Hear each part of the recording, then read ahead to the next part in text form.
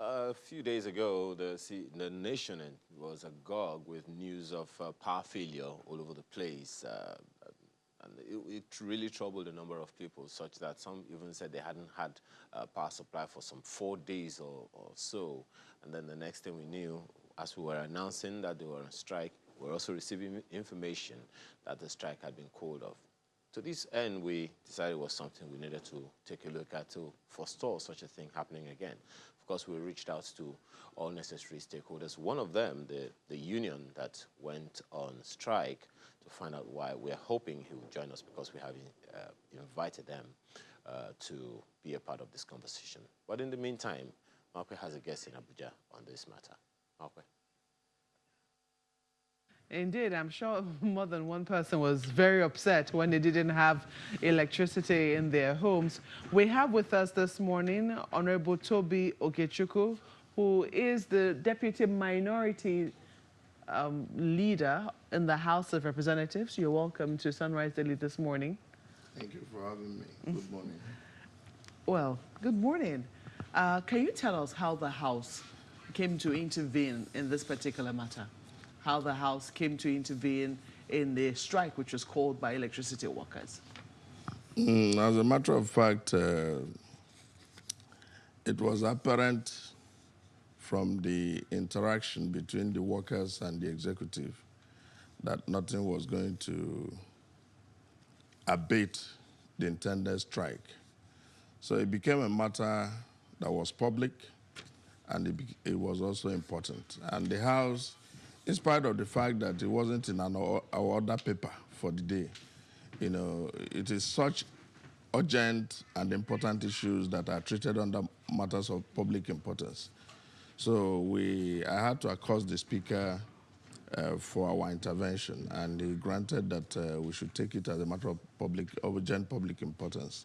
So based on that, we moved the motion, and the House resolved to intervene. By that time, the strike had already been called.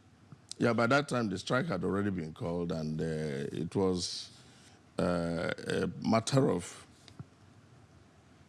the front-end issues, which should be interaction, discussion, reacting to the petition of the workers, which was not done by the Ministry of Power, or rather by the executive. That was why they had to go on that strike. So they had given 21 days for the strike for them to discuss with them, but that didn't happen. So that was the need. That was what prompted the need for the House to intervene. But I'm happy that we've intervened and have found some agreement. But in our place, they say, let Obato Kisia, meaning that let the smell of the locust beans, taste as it smells. So our expectation is that let the agreement be fulfilled, not in breach. What exactly is the agreement? Okay, before we go to just what the agreement is, you have said something that ordinarily this strike ought not to have happened. If the petitions of the workers, they gave a 21-day notice, 3 weeks, it was enough for anyone who was interested in listening to them to have listened to them. Have you been able to speak with those in the executive to know, say, for instance, the Minister of Power, or perhaps the authorities in the different sectors where the workers work, to find out why they weren't listened to ab initio? Well, I believe that we interacted with the workers. We've interacted with the officials of government, the Minister of Power. We've also interacted with the Minister of Labor. Actually, they were not prompt, as a matter of fact, because 21 days notice, which was given on the 7th of November, ought to have the issues which they were worried about ought to have been resolved prior to the 10th, from a base on which they went on strike. What was the excuse? That's what I'm interested in. Well, the excuse was I believe is the power sector, the Minister of Power. From our interaction, he said that it came to his notice 2 days prior to the strike. So there is a missing link there. And but the electricity workers said they also advertised it on the newspapers, and the Minister of Labour was also not put on notice. For me, there was a constructive notice when you advertise, and there should have been an intervention then. But unfortunately, this didn't happen. So there are certain front-end issues that should have been resolved, which was not resolved. But that is also coupled with the fact that electricity is one of the essential services. Indeed it is. Which you shouldn't go on strike ordinarily. But instead of, apart from expressing industrial relations where you relate and do, they were involved in power relations, where you even had the minister being deprived from getting into his office. So things should not be allowed to degenerate. And I don't think we have enough issues in Parliament to be dealing with. We have enough, we don't have enough man hours to spend on other Nigerian issues. So we are not intending to do anybody's work. We want these things to be handled as they come. You know, so let's talk about, I mean, you've already made reference to it. You said the front-end issues. That's the term you used. And from what you described, it doesn't seem like they were weighty enough for us to have experienced a total blackout in the entire country. They were sufficiently weighty, actually. The issues were weighty. What were the issues? The issues, one was they said, well, pension deductions were not being remitted. Since that's serious. Yes, that's serious. That could border within the breach of law. That's serious. Then they also alleged that that some 50,000 workers were underpaid since 2013. That pension arrears were not being paid, salary arrears were not being paid. In which sector is this precisely? Because that is power. That's since the privatization. Yes. Since the distribution companies and Gencos emerged. Is it the private companies that were not paying, that they were not remitting? So it was the private companies that are performing these breaches or, you know, doing these breaches? It involves the TCN, it involves the private, not so private because distribution companies are still 40% owned by government. Yes, exactly. Indeed. So, and the Gencos too. So there were a number of labor issues. You know, it borders on workers not getting their due, whether it's in arrears of payment of salaries, whether it's in pension payments and all that. And that's so, the bulk of the workers. That the bulk of the workers. And then pensioners, people who had retired or who were, you know, laid off after the privatization, so to say. So without going into the quantum or magnitude of it, what is important is they have agreed to resolve all the issues and that this strike would not take place again. But like the speaker rightly pointed out, we are now witnesses to this. We wouldn't want this to happen again. If you want to get into a strike situation, let us know. But we also ask them, is there anything that you think as a parliament we need to do for this to be fulfilled, for this agreement not to be breached again? They said no. So for us, we are extraneous to that agreement, but we are witnesses to it. And our expectation is that it should be implemented as agreed. Well, we're hoping, and I'm sure a lot of Nigerians will be hoping that it will be implemented as agreed. But we know that this is not the first time that electricity workers have threatened to go on strike over issues around wages and remuneration and pension, especially with workers that were laid off as a result of the privatization, in quote. Now, whether this will be the last time is what we do not know. What exactly have been the challenges from the point of view of from the point of view of the new management of the electricity companies?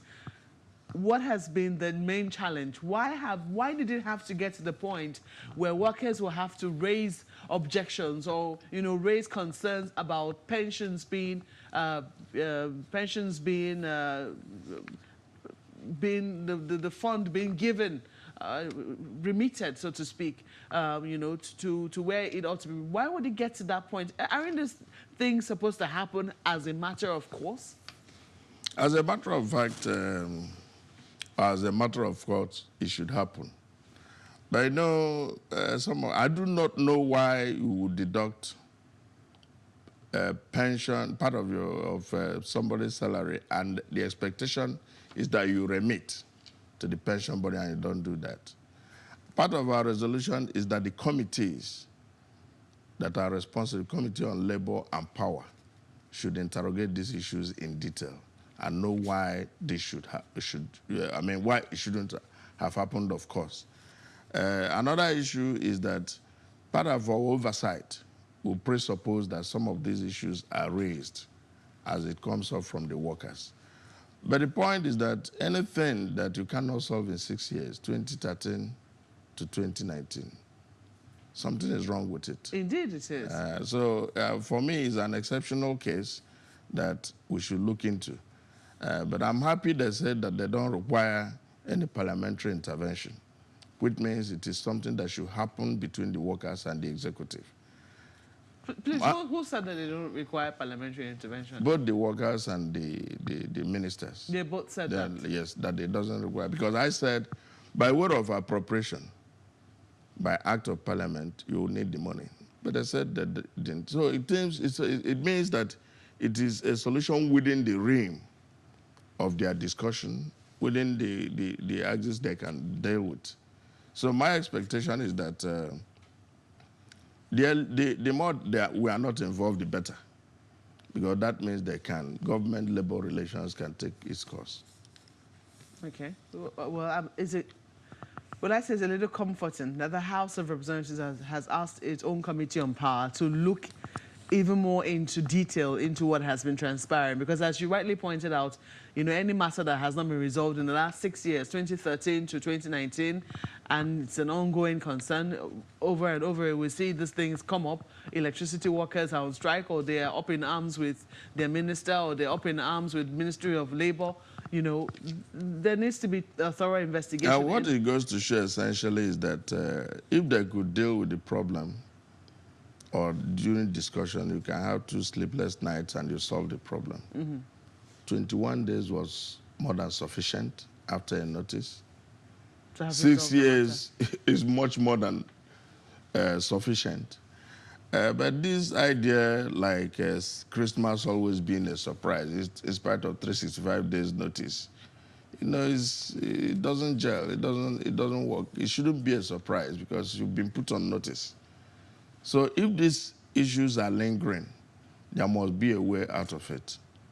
It doesn't require parliamentary intervention when essentially the 2 bodies, the workers and the ministers, are saying so. Yeah, but not a few Nigerians were upset when they didn't have electricity. I mean, I know that electricity workers use this matter to bring use the strike to bring their issues to the fore. Perhaps for a lot of Nigerians to also recognize what it is that they're going through. But you mentioned something earlier. You said they're an essential service which ought not to go on strike in the first place. Is this something that the House of Reps have been looking into?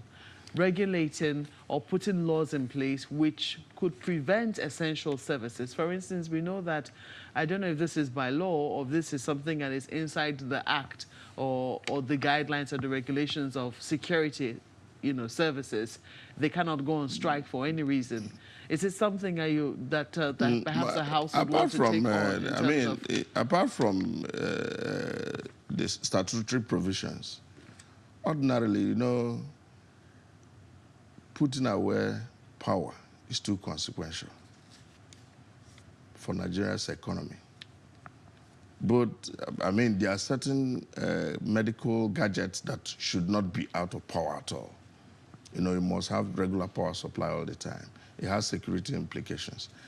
If you check the consequential impact of what has happened, you'll find out that the economic losses is sufficient to even deal with what the workers are claiming. I mean, if you check that people had to burn diesel for about 6 hours, if you calculate the number of generators that were on for that period, you'll find out that the cumulative effect is much more than what would have been paid to the workers. So you find out that it is too consequential. Common sense demands that any reason why they should go on strike should be dealt with. You know, the Especially.